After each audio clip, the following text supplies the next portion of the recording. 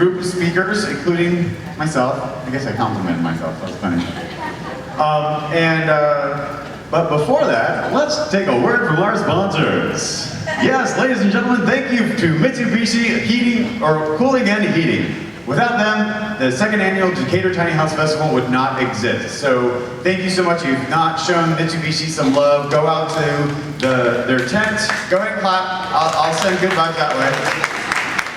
They are giving away a mini split system if you sign up for it on, I believe, at the end of the day tomorrow. So sign up for their raffle to win a mini split, as well as I think you could win an iPad if you do some selfie stuff in post. So do some social mediaing and win an iPad. Also, Alternative Apparel, amazing shirts. They're so comfy and I love them. So thank you to Alternative Apparel, and then also our other amazing sponsors. Also, too, if you have not, go to tinyhouseatlanta.com and take our survey. We have a tiny house survey. We want to hear from you. We need your information because this is what helps us guide us, talk to people, talk to municipalities, talk to governments, and talk to potential cities that would allow for micro-living, especially what we were discussing today. And then also too, if you felt that, oh my goodness, I saw so many tiny homes and I'm so hungry, go to Mellow Mushroom in Decatur. You get 15% off with your wristband. So if you walk in, you get 15% off food. And they're awesome because they help sponsor and give our builders food this weekend. So today, our last session is Micro Villages, tiny house communities, where, how, when, now. So we've got amazing Angela Threadgill from the city of Decatur, and also Kim Buchero, and then me, Will Johnston. So Angela has put some slides together talking about their project, and then Kim and I are going to go into talking about our micro house projects as well. So Angela, I'm going to throw it over to you. Good afternoon, everyone. I am Angela Threadgill. I serve as the planning director for the city of Decatur. Earlier today, you had a chance to hear from Lynn Denny. She's the assistant city manager during the presentation about micro-living and the city. And she provided a vision, the vision that we are on, the goals that we're trying to achieve here in the city of Decatur. But I'm going to dig deeper into two topics, tiny houses and cottage court. So if we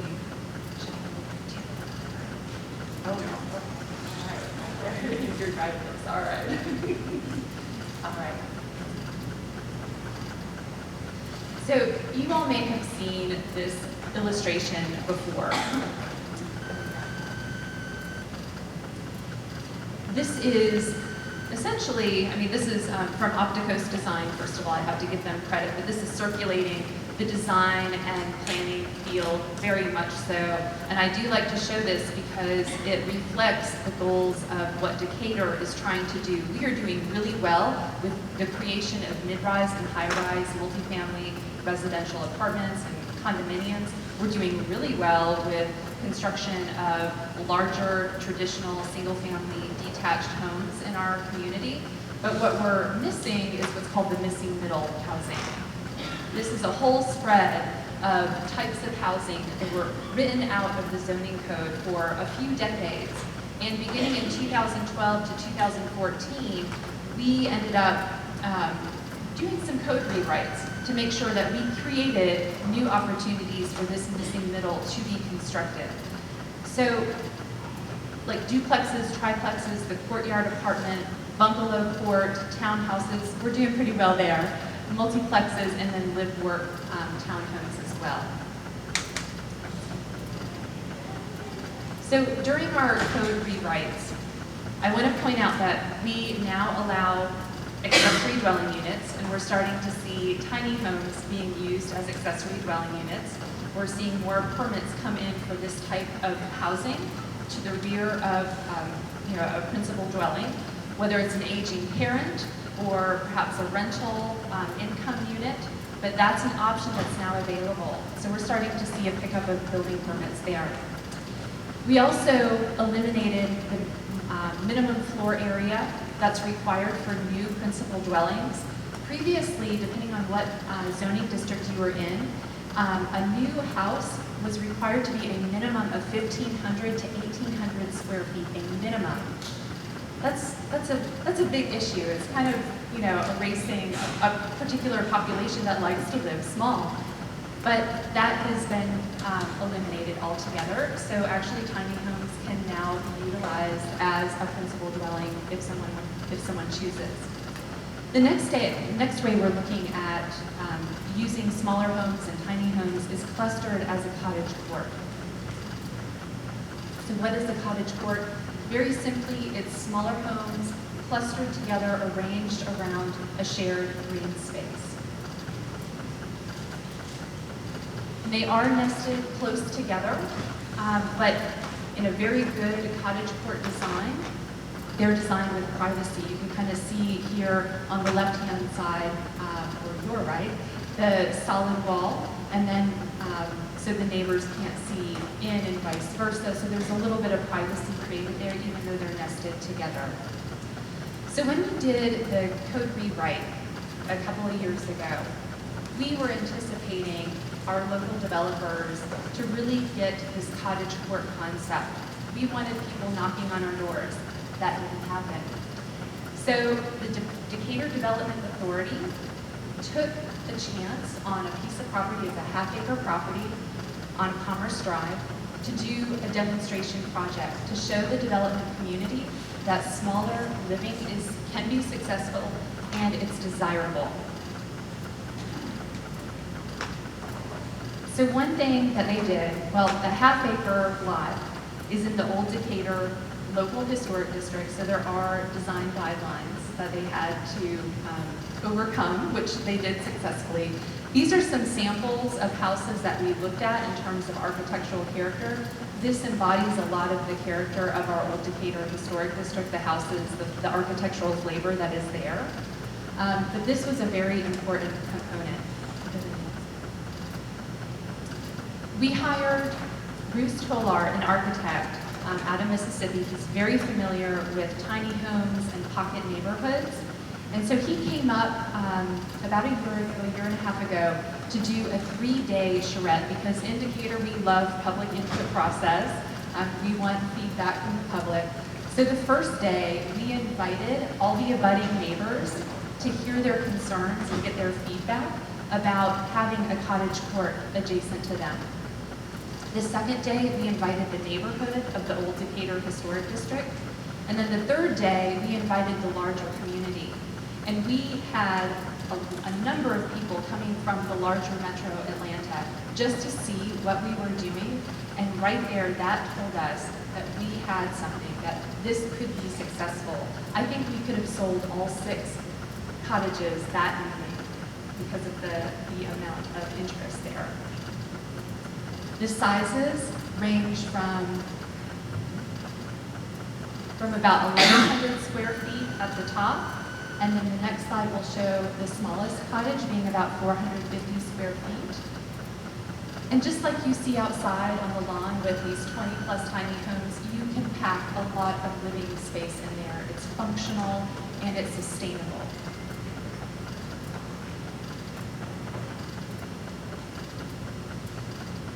But let me give you some background about this project. This is not just a demonstration to show that this is desirable and successful. When the Development Authority came into this project, they wanted it to be affordable and permanently affordable. So they are looking at offering these homes to employees of the City of Decatur, the City Schools of Decatur, and Decatur Housing Authority that make between 80% and 100% of the area median income. The area median income for Decatur is about $77,000, so you can kind of look at the math, and it's adjusted for the family size, but I'm just kind of showing some of the ranges of what certain family sizes can afford and the maximum housing cost. But we are certainly going to be looking at some of the smaller cottages being below that $174,000 mark if you're looking at the green family. So where are we today with this project? We put out a request for proposals for builders to actually construct this project. As I mentioned, Bruce was doing the design, the site planning. All the cottages have been I think we're about 95% construction drawings. We selected 3 bidders. We are asking them to provide us with their bids. They have our bid packages. Meanwhile, we are going through the permitting process, so we are about to issue the land disturbance permit. This property is also along a state road. It's a GDOT road, so they also have to look at the improvements that we are providing in terms of new sidewalks, the curb cut and all that good stuff, and then also the water and sewer tap is being reviewed by DeKalb County. So we're just a couple of months away from breaking ground on this. And the housing prices are contingent on the bids that we get back from the builder, the ultimate cost that is incurred by them. So one other thing that I want to point out about affordability, there we go, is that the Decatur is going to be establishing a community land trust. We have been working very closely with the Athens Community Land Trust. We're modeling our land trust after theirs. They're very successful. They've been in operation for a couple of decades. But we want to use the community land trust to help create the permanent affordability. One is that they will acquire this project and hold the land, and then the individual cottages will be sold fee simple. That land would be tax-free because the community land trust would be a nonprofit organization, and that will help reduce the cost of taxes. Because as a lot of you know, a lot of the property tax values here in Decatur are very high, and that's where a lot of our tax base is from. So if we have a community land trust in place, that will help a little bit of the burden of property taxes. The other component is that these cottages, there will be deed restrictions so that if they ever resell, that the next buyer will have to make that same income, so between 80% and 100% of AMI. And so that will run with each of the cottages and make sure that it's permanently affordable. We are also looking at the community land trust to do a few other things for us. We want to acquire land of single-family homes. We want to be able to look at an accessory dwelling unit so that the owner, maybe an aging owner, can stay at the property. We'll build the accessory dwelling unit. They can stay in the community. They can live in a smaller, affordable home, and then, we'll eventually sell the principal dwelling. There's still some details that need to be worked out on that, but that's kind of a long-term vision and goal for us with the community land trust as well. So when we went into this with the Development Authority, we had some lessons to learn. We knew that something was off with our codes, because remember, the developers were not coming in to talk with us about this concept. Yes, it's a new concept, but why weren't they here? Why weren't they knocking on my door? So what we learned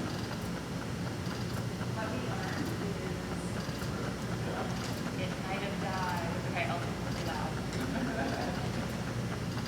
What we learned is that we had to be very flexible with our site dimensions. In our codes, it requires a minimum lot size of 150 feet minimum by 150 feet minimum.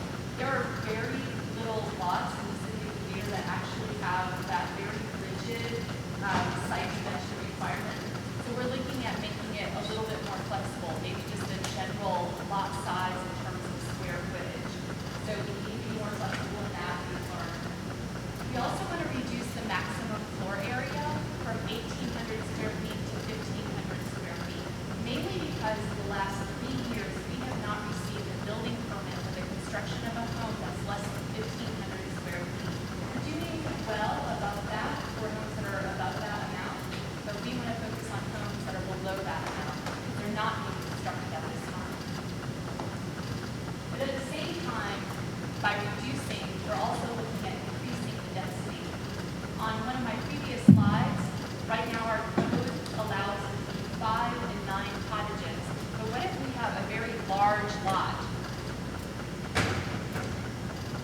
So we want to make sure that a little bit more density is allowed in our zoning code. We give so much flexibility to our other building types, such as townhomes, and some of our other building types, but yet we have this very prescriptive and rigid cottage court zoning code. So we need to be equally flexible with our cottage court. So we are looking at amending our zoning code to make cottage courts much more feasible. I've had a couple of builders come to me looking at this cottage type, and they tell me, you know what, if we can just increase it to 12 units, we can make this work. Otherwise, we are forced to look at a townhome design because that's what's financially feasible for us to make it work based on the land values in Decatur. So again, we have to be more flexible. We're also looking at oops, no, that's all right, the green space. Kind of like all the other developments that we allow, we ask that 5% of the site area be devoted to amenity space or a shared common space. But here we are with the cottage court, and we're requiring it to be 40 feet minimum width and 3,000 square feet of area. That's hard. That is really hard on a half-acre lot. So, and we discovered that with this project that we're doing. So again, we're looking at making the codes more flexible. And I guess I just want to add, I'm about to finish up here, but I want to say thank you to Will and Kim, first of all, because they have kind of pushed us to think about our housing, to think about the conversations that we're having with our community, to look at different housing types and different housing options, because one size does not fit all. And with this cottage court concept, when it starts coming up out of the ground, I know it's going to be successful. These types of conversations that we're having here, I want to share with you. This time last year, when we were sitting here giving a presentation, there were no less than 6 people here that lived in the city of Decatur. 3 have since built accessory dwelling units of the size of a tiny home. And we have 3 property owners, private property owners, that are committed to doing a cottage court design based on some of the changes that we're about to make to the code. So we are seeing a lot of interest, but we just have to do our homework to improve it. So it's starting to take off. So thank you.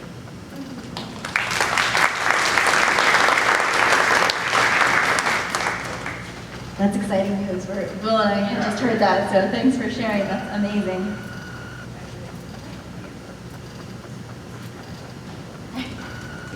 What's next? All right, so let's talk more about cottage developments. So I think, the ordinance that Decatur has, even with their revisions, they're really paving the way. And this development that they've got is really making others think, hey, can we do this? So it's a groundbreaking thing to be able to have a model, or even talking about a model. It sparked other interest. So we actually, Will and I were approached by Mayor Ted Terry this past March, actually, is it March? And he'll be speaking tomorrow at 11 a.m., so if you guys are coming back, it'll be a great talk. But basically, they said, how can we get tiny houses in Clarkston? Tiny houses on permanent foundations. And so Will and I got together, and we looked at the code, and like Decatur did, we found some issues with their code, and we said, well, we couldn't do it right now. There are some major issues. The first one being that they require the houses to be detached condos. And whether you know what that means or not, it doesn't matter. The bottom line is that they're very, very hard to finance, especially when they're smaller than 600 square feet. So we said nobody's going to be able to buy it. So unless you're willing to give us a variance for that or change it, not just us, but nobody's going to be able to do this. So they were open to changes. They also made some other changes based on just talking through it, having some good conversations. So we were really excited, and I think the mayor will talk about what those changes were. But for anyone interested, they actually reduced their minimum number of houses. So you can actually build a cottage court now with just 2 houses in Clarkston. So if you and a friend, or maybe you and a family member, maybe you wanted 2 tiny houses, it's a really great opportunity. You don't have to be a mega developer to do it. Their ordinance is very friendly. So check it out. You can do up to 12 houses. So let's talk more about our particular development that we've somehow gotten involved in now. We're hoping to create this and be a model just like Decatur. So these are some pictures of some different cottage courts that were inspirational to us. And so basically we started looking around after this conversation with the mayor and the understanding from city council that they were willing to work with us on the ordinance and make it more user-friendly. And so we found a property actually. So if you go to the next slide, so this is where Clarkston is in case people aren't familiar with the area. It's very close to Decatur, about a mile and a half past Decatur. So we found a property. We've done some due diligence on it. We've presented to the city. And basically, we are in the site plan review process, finishing up our due diligence. So all the zoning is basically done. We are about to move into the permitting stage, assuming all of our due diligence checks out. But it was just amazingly painless, truthfully. They changed their ordinance in the matter of, I think they voted on the new ordinance change in August. So from March, from our first conversation to have an ordinance change in August, it's very, very different than every other project we've been involved in. And obviously Decatur is super open to these things, but just to have a community approach to it was really, really exciting. So we're just glad to be able to, have these conversations and be able to bring these things to light. So next thing, we'll tell you a little about the project. So this is our very, very rough site plan. It's changed a little bit since this, but I don't have a pretty version of it. So basically it's a half acre, very similar size to the project in Decatur. We are proposing 8 tiny houses on this 0.57 acre parcel. They'll be around a common green, so each of these little boxes here are houses with a porch. And you'll see that most of them are big. They're the 492 square foot mansion. And then we've got a little tiny house, which is our 250 square foot house. And they all have porches, so the little boxes is the porch. Facing a common green, it meets all the ordinance requirements of Clarkston. And I think it's very similar to Decatur. We had to do a little more parking than originally. They did one of the changes they did change is increased parking requirements. So I think it's 1.5 spots per unit now, which I think is a little much, but that's all right. We can fit it, so we made it work. Next picture. So these are some of the prelim elevations. They're not super pretty yet. We're working on the pretty stuff. But this is the 250, so just to kind of show you guys what it looks like. It's similar to a lot of the houses that you see. We've got a bed here and our bathroom here. This doesn't actually meet the current international code. It's less than 120 square feet, so we are excited that the new minimum square footage for a room in 2018 will be 70, so it will comply. So as long as these are sold after, we build them after January 1st, we'll be in compliance. So we're working on the timing on this to make it all come together. And then we have our living room kitchen area, which is opening up directly to the porch to have some additional living area. Next one. Just to give you, this is a 492 square foot, get a bigger bedroom, you've got a closet and an area for a desk in the bedroom, and just trying to really utilize that space, having the bathroom with its own private entrance, not having to go through the bedroom, and got your little kitchen living area. It's much larger than the other one, and again, we've got our porch. So the exciting thing about this one is it has the option for a loft, so it makes it a little more expensive, but if you wanted to put a second bedroom up top there, you could, it's actually going to be tall enough for legally to be slept in, but so you have an extra sleeping space, so that's exciting. So let's look at the next slide. Here's some renderings. They're not final, but at least to give you a little idea. I'm tweaking the colors and working on everything. But just really exciting that it's coming together. We will be doing an RFP to build, and just like Decatur, the pricing will depend on what the prices from the builders come back at. I mean, our goal is to keep it, well, I originally was using some other numbers, but we're keeping it under $100,000 if we can. And again, those numbers will be firmed up once we get a little bit further along. We're going through our water and our sewer review. And it's just people don't realize how expensive infrastructure is. And so I'll use this as an opportunity to talk about that. We look at the tiny houses on wheels outside and oh, it's $50,000 and we'll just pull it up and park it. That's awesome. When we're building on foundation though, you've got to pour a foundation, you've got to tap into the sewer. If it's downgrade from where the sewer is, you've got to put pumps in. So a lot of things that we as non-developer developers, we don't realize how expensive they are. So Will and I are learning this very painfully on our other projects specifically too. But it does add up and it makes the cost more. But it's exciting. So Will's gonna.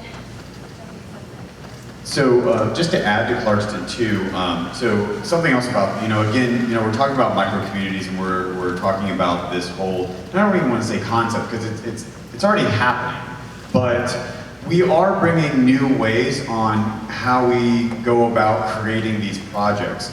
And Kim and I went to the National Co-Housing Conference about 3 months ago, and it was in Nashville. And a co-housing project takes about 4 years longer to complete than a normal development 3-year project. So you've got 7 years because you have everyone involved as a developer. But what we took away though was that they had these almost pre-neighborhood meetings, like get to know your neighbor before they're your neighbor, and so it's that intentional community building activities. Maybe they might not be your neighbors, but so we've been having coffee talk. We're hoping to start doing maybe some potluck suppers with potential buyers because people are in this movement too, yes, we can talk about, yes, we're creating micro communities, but there's a big part of the sociological side and the psychology side of it, of having intentional community. And so being able to design to that idea of what people want, meaning, yes, they want privacy, but they still want to walk out their front porch and wave to the neighbor and talk to them and interact. So we're bringing that into the fold of the design process as well, and also I don't want to say the marketing aspect, but it is, because it's word of mouth, and it's saying, we're an eclectic group of people who are ready to downsize and own their life and live this way. This is what we want. Instead of saying, oh, I'm just gonna go, house shopping today and go out with my realtor. So it's a very interesting way that people are approaching this and the way that we are approaching it, because for right now, because each project that comes to us is gonna be different than the next one. It's not, we are still at the beginning of this. I mean, we are still trudging through mud uphill and it's raining. But it still feels good because people are talking about it. And just like we were saying earlier with the city panel and what they can do is talk to your representatives, tell them you want this, because change is from you, change is from us. We call the shots, but we just need a bunch of people at the same time saying the same thing. So as we move further down the line with these projects, Clarkston is a perfect example. Again, they reached out to us. We've involved the community to say, well, what do you want? And they are saying, you know what? Clarkston has a high renters, it's like 80% rental. And they're ready to have home ownership. And they're ready to have roots. So they're ready for people to be able to buy, own, and be a part of Clarkston. And they see this cottage court ordinance to play a huge part in that. So again, the next project that we come into is probably going to be a completely different scenario, but we are going to take in Clarkston and East Point, and we are potentially advising on a project where it would be a tiny house on wheels community. So we are working on it. I mean, we can't push that out yet just because we don't know what to expect, because, again, there is a lot of pushback, but that's why we do this. We educate, we advocate, we talk about it. I don't know what's next. Oh, more pictures.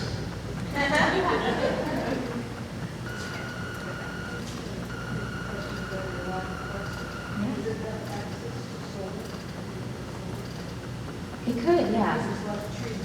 Yeah, it could. We're having to, there's a lot of really sad, sick trees on that property. So we're trying to maintain as many of the lively ones in the back of the courtyard as possible. But a lot of the trees are coming down. There's a lot of just invasive species there, unfortunately. So there will be a lot of sunshine. So it will be an option to add on. It's not included as every single house, but the homeowners can add it. So I guess one of the things I was going to go to with the development is we are a nonprofit, right? We are not developers. We've become advisors, and now we're actually acting as the non-construction developer for this project. But our goal is to be an inspiration and to kind of do the hard work that some of these developers don't want to do. Prove that there's a market for it, prove that it can be done. And what we really believe is that once one of these is built, it's going to open up the doors for others. So I would say also, continue to talk to real estate agents, your city planners, tell them, because if the developers know that there's a market, and again, we're hoping to prove this as well, but I think more developers will get into it.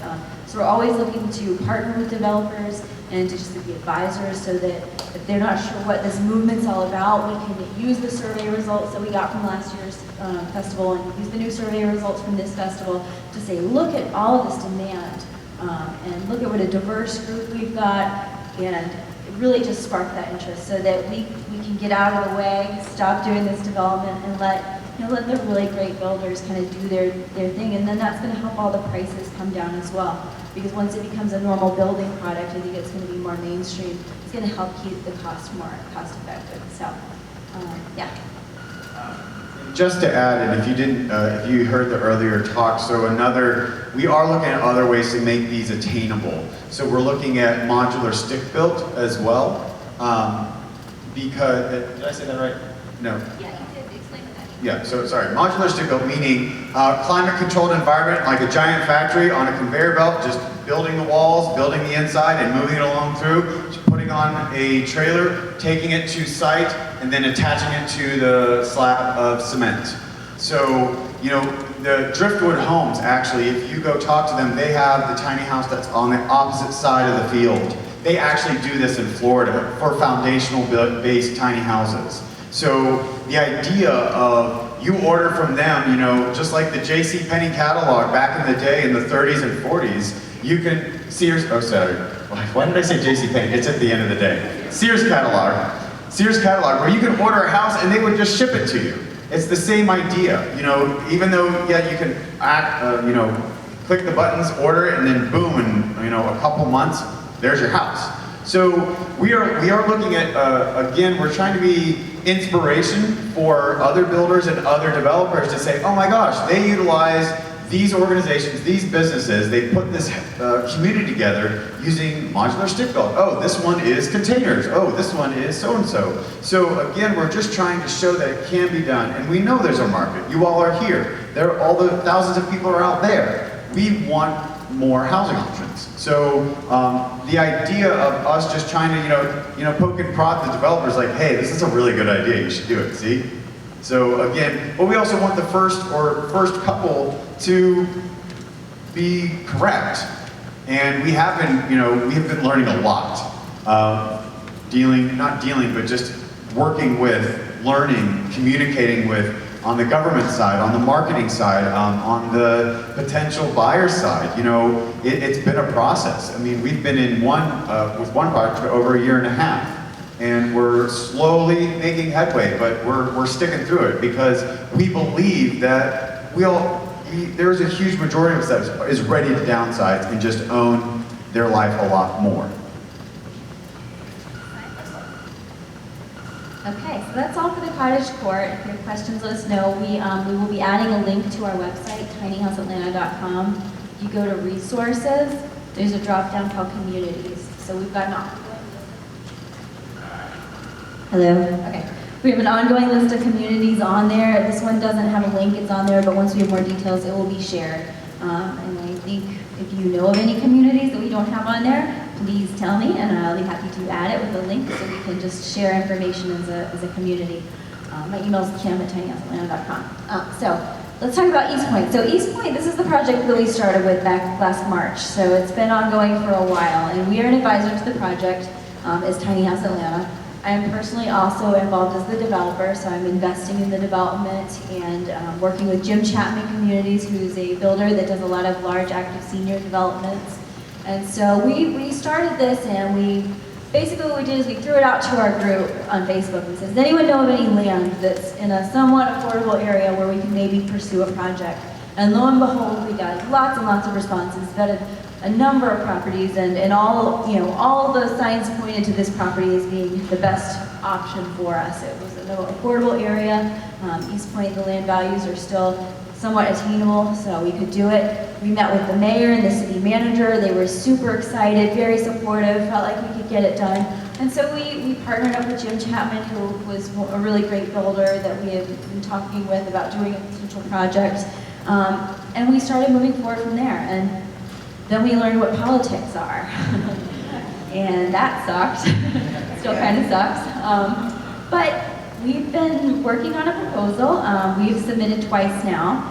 We had to pull our last submission from the zoning office in December and basically rework the entire site plan, factoring in a lot of feedback. We already had a lot of feedback and a lot of communication, but we really just wanted more time to make it something that they could support. And so we did that, and we resubmitted now. We resubmitted in July.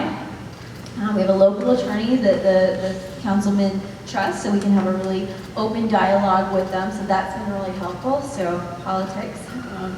And let's go on, we'll look at the project a little bit and kind of do some lessons learned as we go through it. So there's where the project is. It's again in East Point, which is about 3 miles from the airport. It's got a MARTA station right there. One of the selection criteria that we looked at for this project was being walkable to a rail station. So it is 3 blocks from the MARTA, which is really important for us. And then next. So this is our current site plan. Basically, it is 40 houses. They range from 500 to 1,000 square feet. We had originally had 250 to 750 square feet, but that was one of the things that changed in the process. So 250 was too small for them, but they were more comfortable with 500. So, one of the things that we talk about a lot is community. What does that mean? We don't want a large space. We want a small house, but we want all the amenities, right? We want the yard. We want the community garden potentially. We want a meeting space because we don't have a large house. Maybe we want a community house. So we've incorporated all of those things so that we can have that intentional living like a lot of co-housing developments have.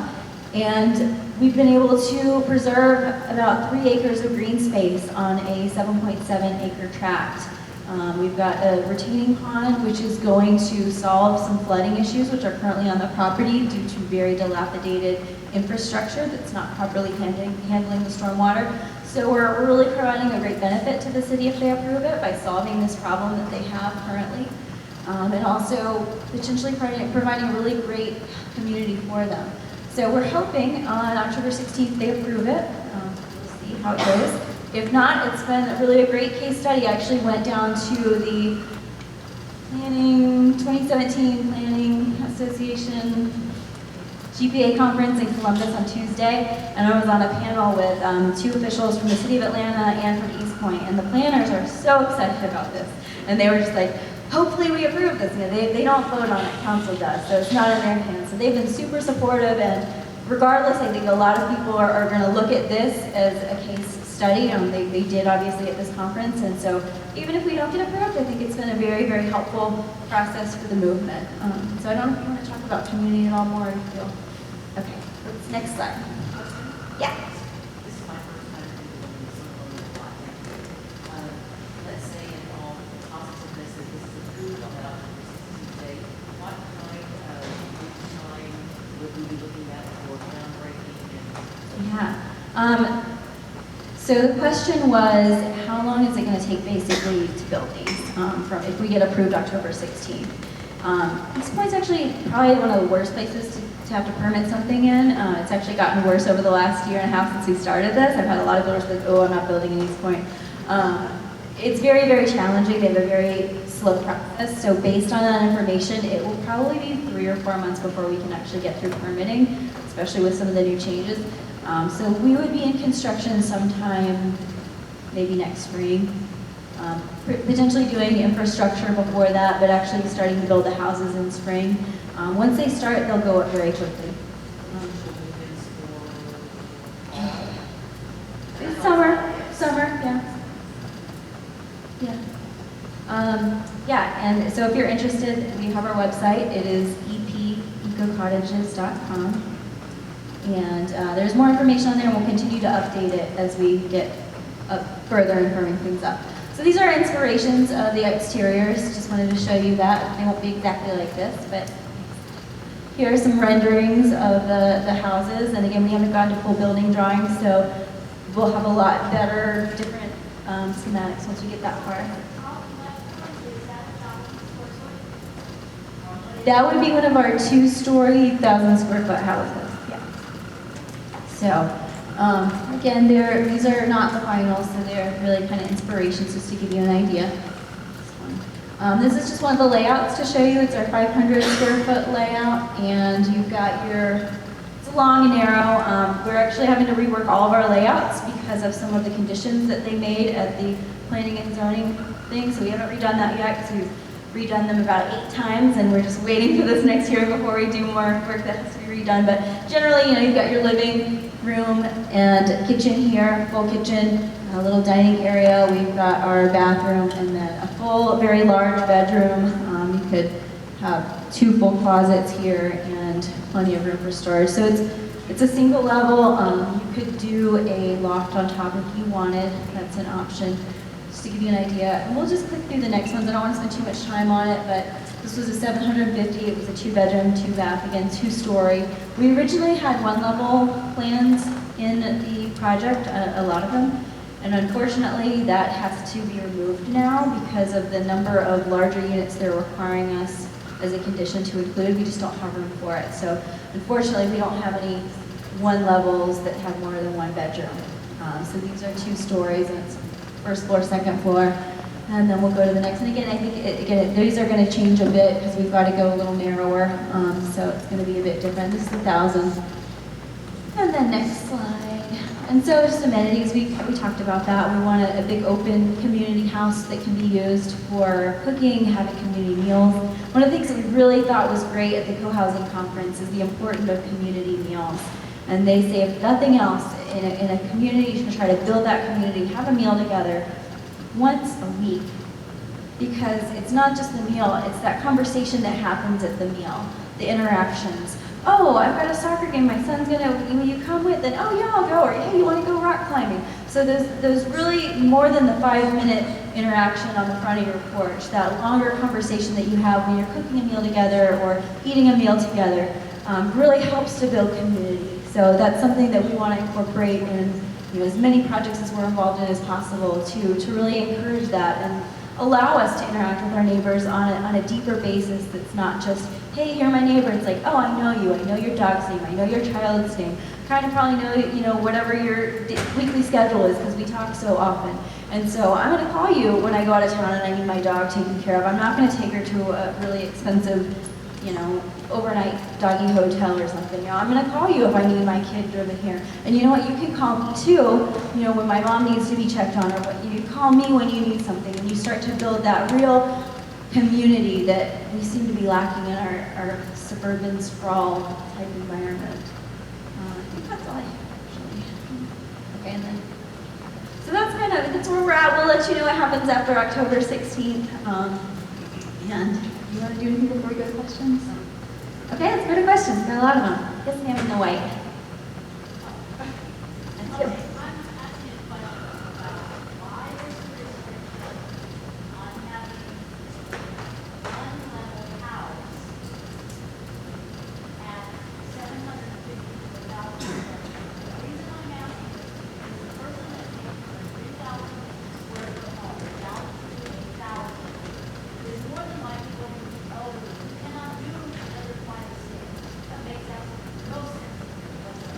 Yeah, so it was a little devastating to us as well. It wasn't a specific condition that we couldn't have a 1-story.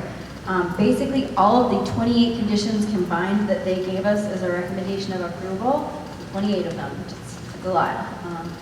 Normally you could get no conditions, but all of those combined basically make it impossible for us to do the 1,000 square foot model that we had in mind. They're making us do, if it's approved, we have to do at least 10,000 square foot models and no less than 15 750 square foot models, and then the other 15 could be 500. We had originally proposed mostly small houses, 250 and 500 square feet with a couple of 750s, and then we threw in 2 1,000 square feet to make them happy, and that it wasn't enough. So they're trying to protect their community and they have really good intentions, I think with that, but unfortunately some of the conditions, they result in us having to change our plan. And so it's just, you know, one of the things Will and I have had to realize through this process is this development isn't going to be perfect, and it's not going to be 100% of what it could have been, but we think it still can be amazing, and it still could be a place that I would want to live, and it could be a great thing for the movement to have a great example of an intentional community. And maybe we can't get every single thing that we want, but at least we have some options. And the 500 square foot is a one level, so we do have an option. It's not as, you know, not as flexible as we'd like, but it's your question. Yes, ma'am, in the gray. So for this community, one of the concerns was having it turn into an Airbnb place because it is close to the airport, or just having a lot of transient renters. And so one of the things that Jim Chapman does in most of his communities anyhow is he restricts rentals to 10%. So that's one of the things, there'll be 4 houses that would potentially could be rentals. Other ones have to be owner occupied. And the idea is to create a more intentional community where, you know, you really get to grow as a community, you really get to know one another. So for this one, there's not a lot of rentals, but there would be some potentially. Oh, yes, ma'am, here. The concept is phenomenal. Is there any talk of bringing it to the Beltline, the west side of Beltline? Yeah, Atlanta's really excited about this. I'll let Will jump into it.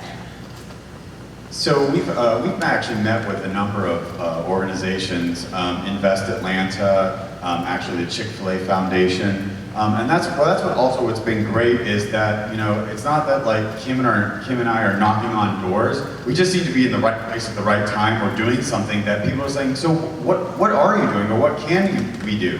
Because also there is a huge talk on, again, affordable housing and attainable housing for that area, because, you know, with gentrification and making sure that we have room for everyone, but also too, I want to challenge the minds of saying, oh, we can build just the small houses for the ones that, you know, can cost the less. Well, not everyone wants to live in a small house, and I think it's rude to say that just because it's less expensive doesn't mean everyone who should live there. So like, we are trying to make small living in tiny homes and micro communities for everyone. You know, we think it should be like, if you make either $100,000 a year to $20,000 a year, you should still be able to afford this awesome 400 square foot on foundation home. So the west side, you know, it's going fast. I mean, Adair Park and all that area is just blowing up. So we have been in talks. Some of our next projects is submitting basically a proposal to Invest Atlanta of how we could put together a west side tiny house community or micro community or a pocket neighborhood. So I see the potential, but as far as having the time to focus on it yet, it has not come to fruition.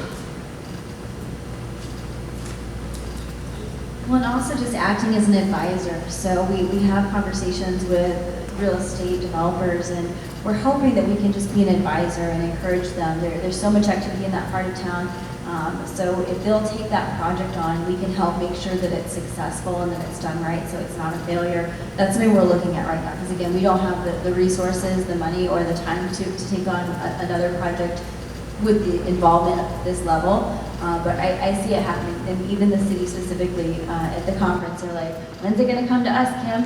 And I'm like, I'm glad you have an open mind. So the fact that there's interest there is exciting and encouraging. I think it will happen, I just don't know the time frame. One of the other things that I think we kind of touched on but didn't delve into is we've been focusing on tiny house communities on foundations because it's a little bit easier for, I think, people who are not enthusiasts like all of us to swallow, right? So wheels, like, ooh, trailer park, transient, you know, hippie, there's all these negative kind of connotations that kind of come up that are a lot harder to address than just small. Because we were shocked how many issues came up with just small. 1,000 square feet is not small. So the things that we've had to answer and deal with, like, that's a whole other conversation. So I think we're taking this little one bite of the elephant at a time, just trying to make some progress. And our hope is that a tiny house wheeled community happens in the metro area very soon as well. If you guys visit the Village of Azalea tent out here, two of our members from Tiny House Atlanta, they've been really passionate about a tiny house community on wheels, and so they're trying to spearhead that somewhere west of Atlanta.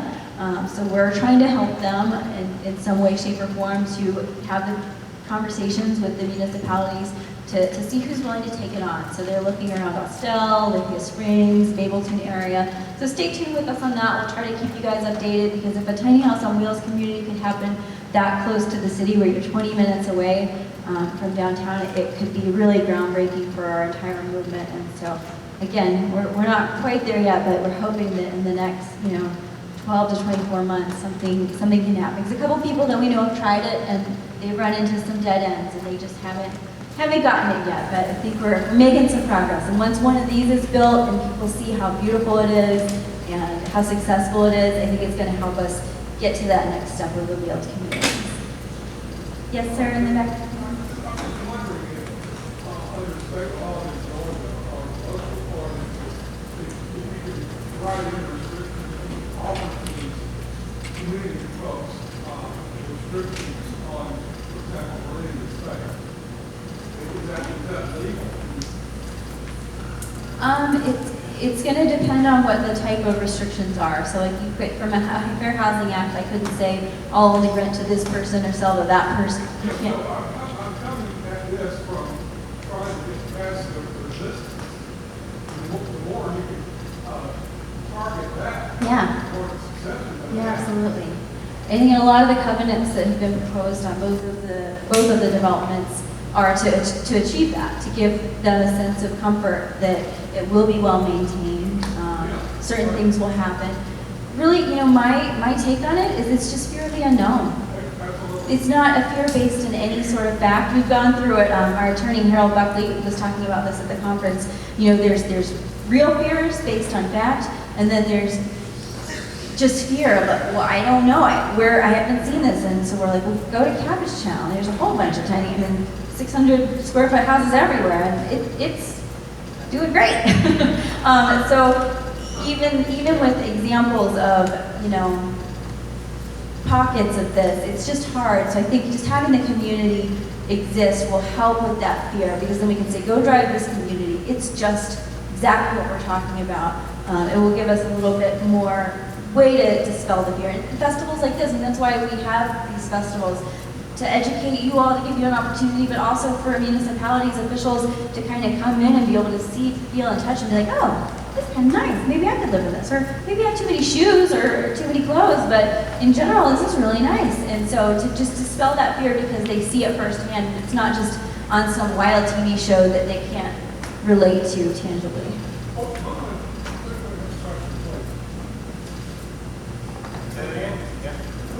Can you be a little more specific about what leaders in DeKalb County or Decatur we all be contacted?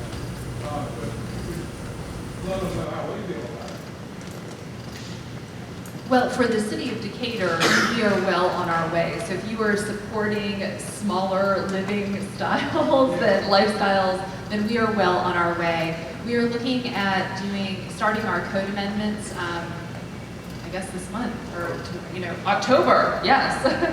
So we are going to be going before the Planning Commission and the City Commission with some code amendments, as I have described earlier about the cottage court.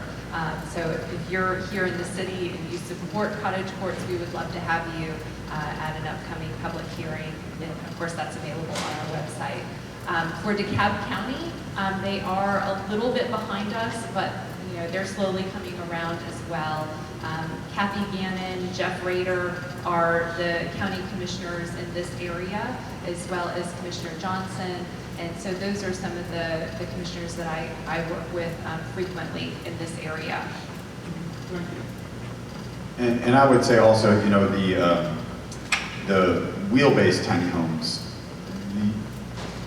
a lot of people are not going to get past the wheels. So, My dream would be if we could create its own category. You know, just saying that this is this. You know, but that takes a lot of work, and that means we have to come up with zoning and codes just for that category. So that's why Kim and I also focused on tiny houses on foundation, because we can get so far. Because you're just building a house on foundation. It's just small. It's just well built and well designed, but it's just below the average American square foot. I mean, right now I think the average is 2,600 for 2.5 people. In the 60s it was 1,600 for 3.5. And in the 50s, it was 1,000. 50s it was 1,000 for 4. So again, we think space means something better. Yet we're house poor. We seem to always want more, but yet be in debt forever. So that's just the way we are right now. But hopefully, and it was interesting. Tim Keene, the city planning commissioner of Atlanta, said this. He thought that the recession, that's a really good point. He thought it would be a reset button to all of our thoughts on why we thought a 3,000 square foot home with 2-car garage and all that, why we're trying to attain that when we should be going back to enjoying the fact that we can own what we own and do what we do and have what we have, instead of saying, well, I want a little bit bigger, I want a little bit more. So, but I guess we didn't learn a lesson. Did you have something? All right, any other questions? Yes, you had a question. So I heard you guys have site plans almost done or in permitting at the moment. I was wondering, have you found that architecture firms or civil engineering firms in Atlanta have been mostly receptive, or have you had to use people from, like, I guess, Mississippi had people, like, where's the professional expertise in this type of project? So I'm fortunate to get to work with a lot of architects and civil engineers, and I have to say Metro Atlanta has a lot of architects that are part of the Congress for New Urbanism, the CNU, that thinking about different types of housing. So we have been fortunate in this area to find architects to assist us with cottage court designs. We did hire Bruce Tolar, who's out of Mississippi, but he also is working with the local team to assist him. So they are there, they are here. Yes. We work with Pattern R&D for architecture for both Clarkston and East Point, as well as they designed our tiny house office. So. Well, we have another civil engineer doing the work for East Point, but we've also had a number of professionals comment on it and give us feedback that have been very helpful in the process to help both the projects become, I think, as successful as we can make them. So I think there's a lot of great talent here. Real quick about the calendar. There's other communities like in Portland, Mountain Hood. I think there's one in Ohio, there's one in North Carolina. Again, I'm almost all over and everything. So have you guys reached out to see how they've gotten that? It's not so. Portland is interesting because they're landlocked, meaning they're not letting their city expand anymore. It did. Oh, there we go. So they're looking at a variety of. They're looking at a lot of accessory dwelling unit options. So a lot of backyard units. I think it's going to be a combination for Atlanta, and it's not necessarily getting around. I think also too, our mission is to definitely work with the government instead of going, ha ha, gotcha. But with Portland and the West Coast, they just seem one or two steps ahead of us. But for the others, I know that they're a little bit more rural, and you own a bigger land. And so, like for the Village of Wildflowers up in Flat Rock, North Carolina, outside of Asheville, it used to be an RV park. It used to be a mobile home park. So that's also what we've been noticing, that people will buy up a mobile home park and then turn it into a tiny house destination. So if you, one thing that we are trying to pride ourselves is that we just don't want necessarily, it's not going, there we go. So we don't, our original plan too, we had to make some readjustments, but we're trying to take in the context of being able to create that community, even with it be wheeled and or foundation. So it's trying to be able to find the land that's zoned correctly, and that's the biggest thing. It's just seeing, and that's why we exist to try to help you all navigate and understand the zoning and codes for the where you can build and what you can do. But it's amazing what you can't do with the land you own. Sometimes, I mean, it can blow you away. You could be in the middle of nowhere, and there's a rule that you can't put a trailer on it, or you can't do something. So. Again, it's not that we're trying to skirt, but we are trying to do it correctly. And we use pilot project a lot in the city of Atlanta. So yeah, I know what you mean. Like, I got in trouble, I got in trouble, I was down at Serenity because Rusty Smith, and I'll end on this, Rusty Smith of the Auburn 20K home, he spoke earlier, he's actually speaking tomorrow, and he's building $20,000 homes in rural Alabama. And so it's not just, it's the building process, it's the connection to sewer, it's the land, it's the zone. We've made it a very complex process, as what Angela said earlier. And so if we can simplify and just make it attainable, I mean, that's a huge part of this. Final, okay.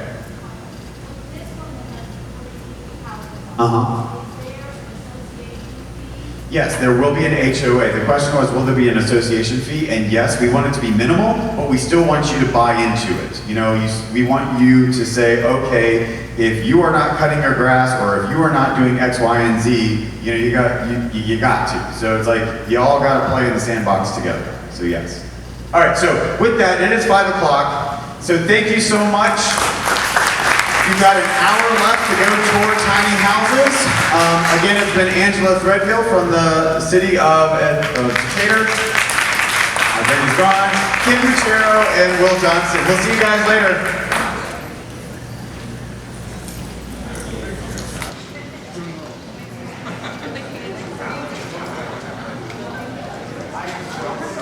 I'm so sorry.